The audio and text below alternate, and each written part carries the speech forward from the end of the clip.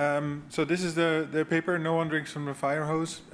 This is joint work from Stephanie de Smale, Rick van Dijk, who is also here, sitting in the front row, Xander, Bouwman, myself, and Michel van Eeten.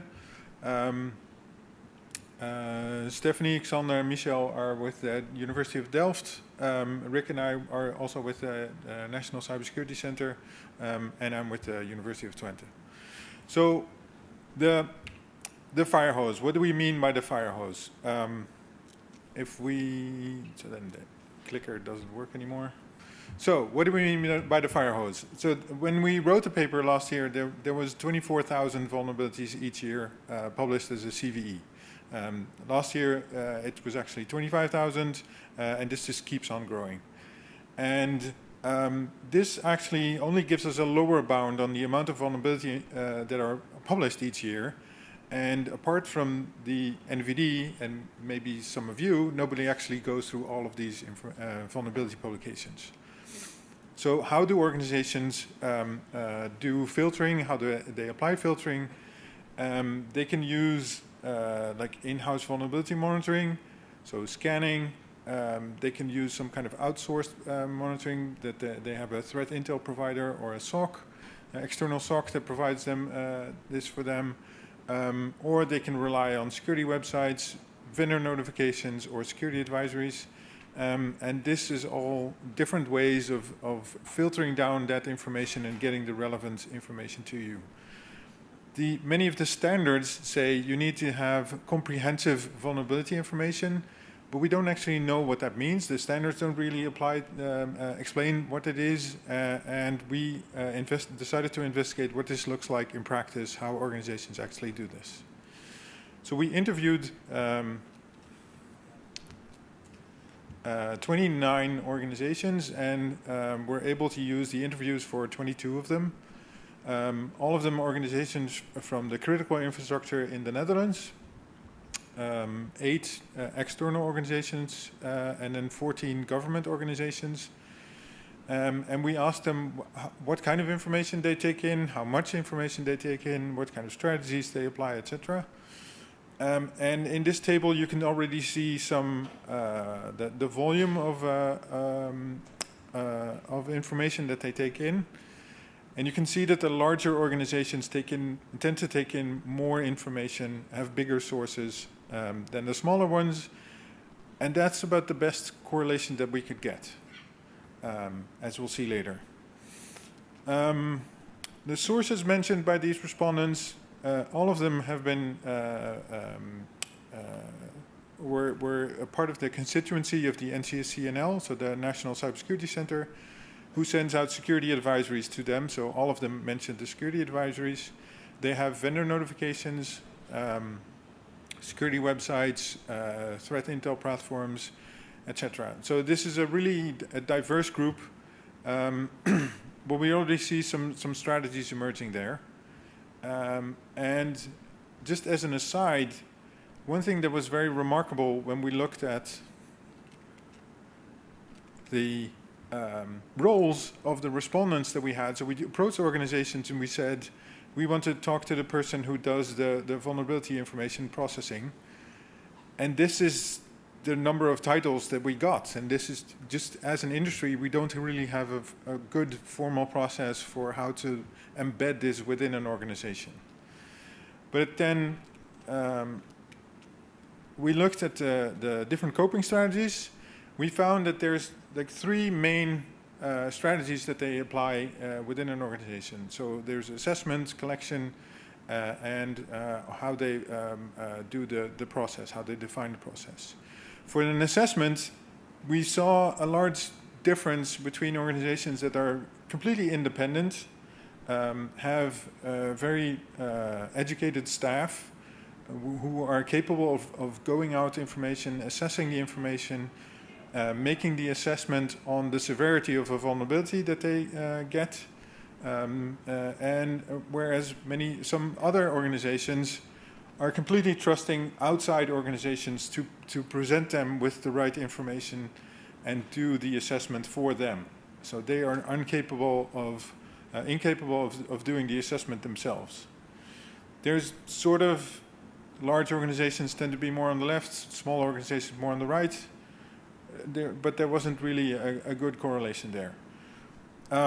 If we go for the collection of information, how they do the collection of information, some organizations actually proactively go out, do social media monitoring, visit forums, visit cybersecurity news websites, etc. They actively go looking for information regarding vulnerabilities, exploit information, etc.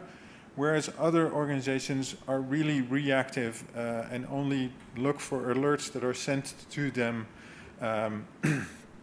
and don't really go out looking for information. And finally, with regards to the process, the assessment process, or how they assess a vulnerability, when they get something in, some organizations have a very formalized process, have a list of things that they weigh against, how they assess these vulnerabilities, whereas others, it really depends on the person who's on call and the mood that they're in and how they will assess and prioritize the information. So that's really a difference. We do see large organizations tend to be more on the left side, but it was a very loose correlation, and we weren't really able to make any conclusions based on that. We just saw that these are the three different strategies, and we were somewhat surprised by how little correlation there actually was. We went back to the sources, to the organizations, and we did some follow-up interviews, and we asked them about how they picked their sources and whether they evaluated the sources that they had. And the majority of the organizations don't have a formal evaluation procedure. Many of them don't even do like a regular evaluation of the sources that they have. Adding sources is something that is a deliberate choice, mostly if it's if the cost is involved with that, and then cost is sort of divided over the subscription cost, the financial cost, but also the capacity it takes them to process the information and the available resources that they have.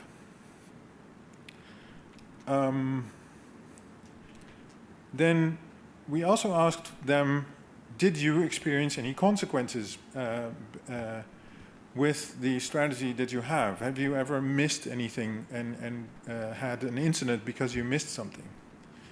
And what was funny was that the larger organizations that had more intake were more eager to say that they missed something. So the more you know, the more you don't know. And one small organization said that they had an incident, and when we pressed on saying what kind of incident was that, and then they explained that they had an incident because they missed information because they didn't register the asset that they had. So the vendor, the information provider, didn't know that they should get that information, and they recalled that as an incident. But in actuality, there was no exploitation, there was no breach because of that, but they just missed the alert.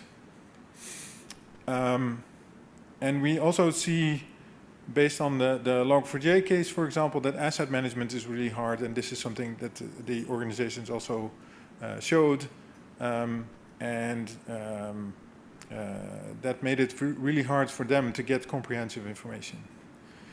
But let me stress, none of the organizations actually reported negative consequences because of the strategies that they applied. So if I go to the conclusion, different organizations have very different strategies. We couldn't find any correlation with that. The feeling that we get is they don't get comprehensive vulnerability information. The intake seems to be shaped by the capacity that they have, by the teams that they have, the budget that they have. But we didn't find any evidence of compromise, so it seems to be okay. I don't know. So we as an industry, we may have to rethink what it means to get comprehensive vulnerability information and what the consequences of that are. And that just seems to be something that we should probably follow up on. And that was the end of my talk. So any questions? I'd be happy to hear them. Thank you, speaker. All right, so if folks have questions, there's a mic down here. The AV folks have asked that you speak close to the mic because they're not super sensitive, and there are people on video, so go ahead. Great, thank you. That was a great talk. I'm Shantari from the University of Denver. So were there any differences between the government organizations and the private or critical infrastructure organizations here? No. And so the government organizations, they're also big and small. And there wasn't really any difference between them, no. So no proper kind of source of evidence even. And they were looking for in social media? Yes. Okay. Yeah, so if you have a big team that they do active monitoring on social media, Twitter used to be very useful for getting evidence of exploits, for exploitation. That's interesting. Yeah. But yeah, thank you. Any other questions? Go ahead.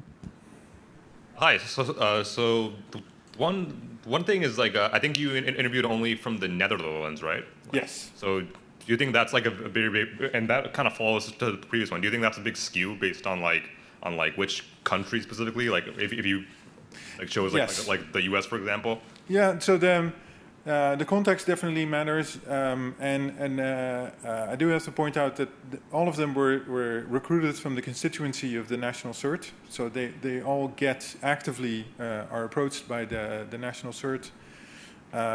For example, one of the services that the National CERT provides is that if there's a very severe vulnerability, then they actually call the organizations to say, you have a severe vulnerability and you have to act now. So some of the organizations that are fully reactive, they just wait on the call to actually start acting. But you do see something similar here, for example, with CISA, with the CAV list, then you get sort of similar information. Cool. We have time for maybe one more question, if anyone has one. I have one. So I think this is really interesting that you found such a diverse set of strategies for the organizations. Did your study come up with any insights into how we can help these organizations process vulnerability information more effectively, especially when they have smaller budgets or fewer staff to work on this? Yeah, I don't know. So we were really surprised to see that they didn't have any negative consequences. And that's just, so it seems to be okay what they're doing.